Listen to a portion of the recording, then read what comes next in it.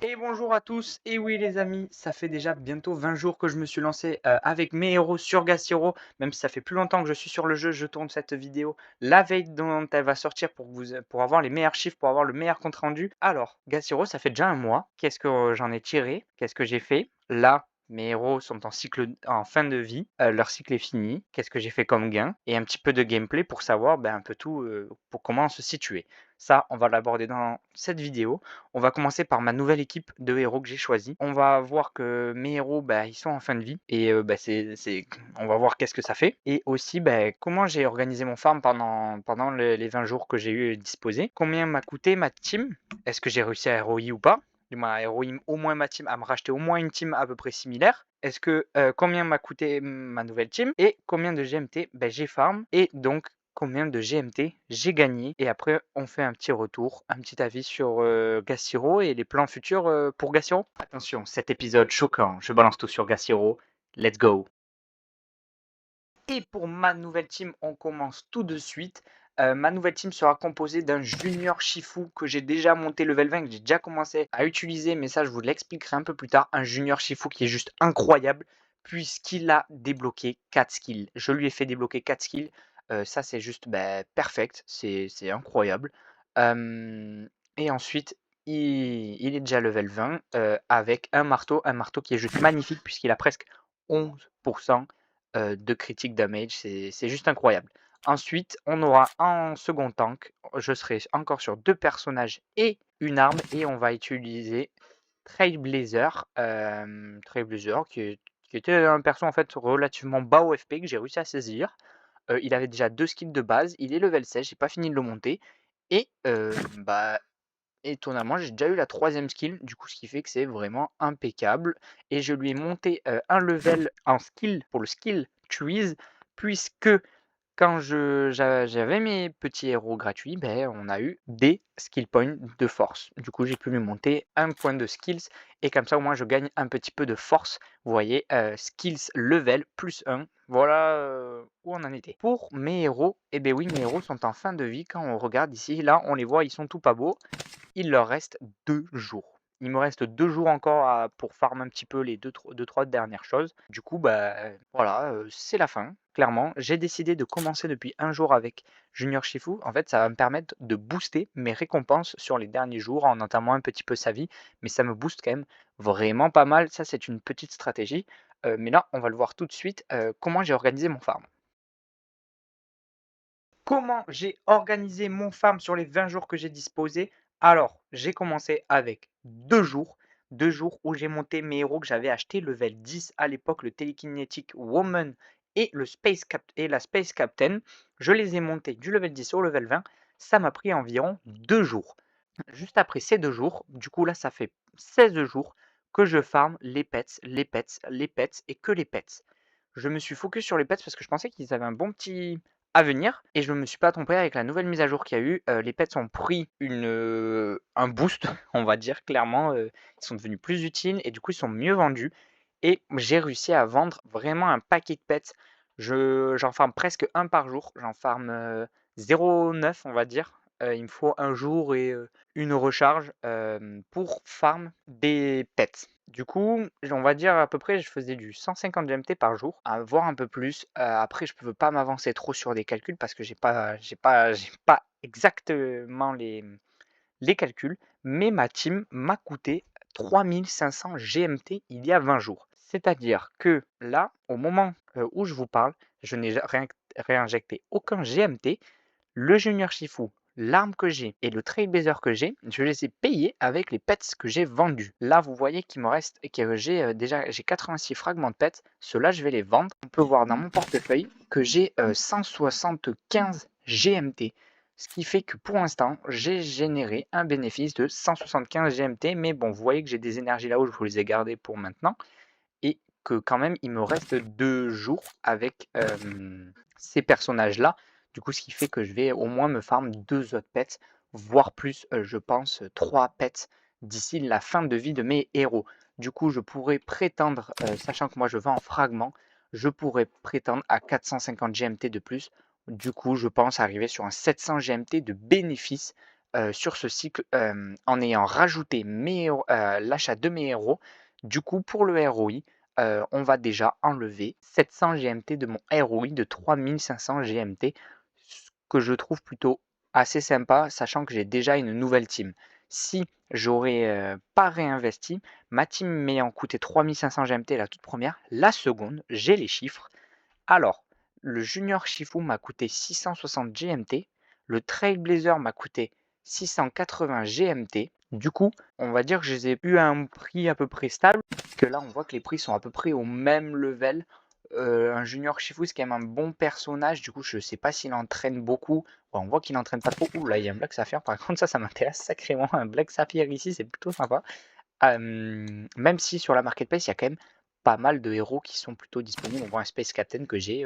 Moi, je l'ai acheté déjà avec les 2 skills, qui est quand même à 655 GMT. Les prix sont restés à peu près là où je les ai achetés.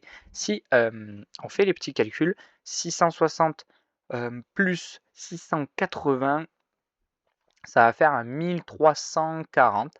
Ouais, si je me trompe pas, c'est 1340 GMT. Et là, vous rajoutez 520 GMT pour un hammer, ce qui fait que je monte à 1860 GMT. Du coup, j'ai farm environ, on va dire avec les 700 GMT de moins. Ce que je prévois de gagner encore 3 pets dans les jours futurs. Je pense que je vais arriver autour à bien plus de 2000, voire 2300 GMT de gagner sur ce cycle de 20 jours avec mes héros pour vous donner en fait un résultat, qu'est-ce que j'ai pu farm et tout ça, si ça peut vous donner des petits indicatifs, vous réconforter ou juste savoir un peu les performances qu'on peut faire sur Cassiro. Maintenant, on va aller tester un peu les levels. J'ai eu des petits messages qui me demandaient de tester si j'avais des petits conseils en stratégie et en level. Là, alors on va décortiquer. J'ai 3 personnages.